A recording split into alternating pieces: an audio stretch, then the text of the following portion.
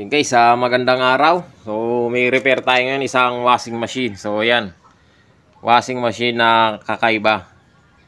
Kakaiba kasi ito, siguro sa mga kapwa ko technician dyan, hindi ko lang alam kung may na-encounter na kayong ganito, no?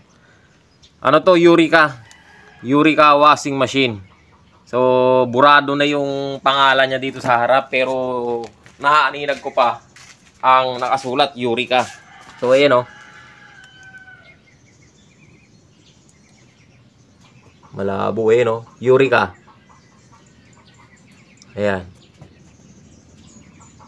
medyo malabo lang, pero Eureka ang nakasulat. At sa forma pa lang niya, Eureka na itsura. Ayan o, luma na lang yung sinaunang Eureka siguro to. Pero kahit na pa sinauna, ala pa ako nakitang ganitong ano eh. Ayan o, Eureka yan, kuwan lang ang ano, medyo madumi lang, kaya luma na. So kaya nasabi kong kakaiba siya, kasi kadalas kong makakalag ng washing na Eureka na hindi naman ganito yung gearbox, yung ano, ang pulley ng Eureka malaki, saka malaki yung belt, tapos yung motor hindi ganito yung pulley niya, maliit lang sa motor, pero ito laki, kinonvert siya. So ayan o, kinonvert siya ng gear case na ganito o gearbox na ganito. Shout out sa gumawa nito. Sabi nila gawa daw ito ni Bong Binjola ng Barangay Rizal, Lapas, Tarlac. So shout out sa iyo boss, galing ng pagka-convert mo Tapos ito nga pala, shout out na rin sa may-ari, kay Ryan De La Cruz ng Barangay Balanoy, Lapas, Tarlac. Ay siya may-ari nito. So ang problema nito, itong busing. O yan, sa ilalim, busing pang ilalim. So papalitan natin siya ng busing. Ang busing niya maliit yung butas. So ito ipapalit natin. So testingin natin na palitan.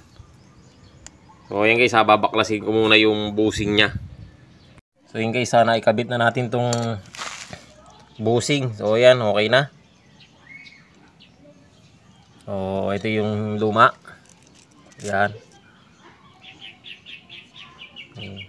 marumi. So ngayon testingin na natin siyang ano, ikabit muna natin yung motor, tapos testingin natin kung okay na.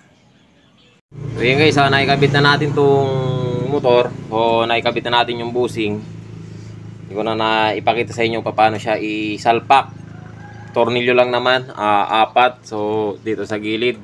So ngayon naikabit na natin tong mismong motor. Try natin siyang paandarin muna bago natin ikabit dun sa itong ibabaw niya ito, para malaman natin kung gumagana ba, para di tayo magtanggal salpak. Ayun, maandar na, nakapit pala yung timer. So yan o, nakasaksak na tayo. Ayun, umiikot na. So nagre-reverse na rin siya. So okay na to. So ngayon ikakabit na lang natin yung di pa pala naikabit yung isang tornilyo, nakalimutan ko. So kakabit muna natin yung tornilyo, fix natin, saka natin ikabit ito para ma-testing natin ng may tubig. So hindi ko na siguro ipakita sa inyo paano siya ikabit. 4 na tornilyo lang naman dito sa mga gilid. Tapos testing tayo mamaya. So ayan guys, testingin natin siya na paganahin. So ayan, naglagay tayo ng tubig, marumi. So yun, gana na. Yan o, para ma-testing natin yung lakas. Pero okay naman yung lakas niya, malakas o. So yan, okay na. So yan guys, hanggang dito lang yung video natin. At maraming salamat sa panonood.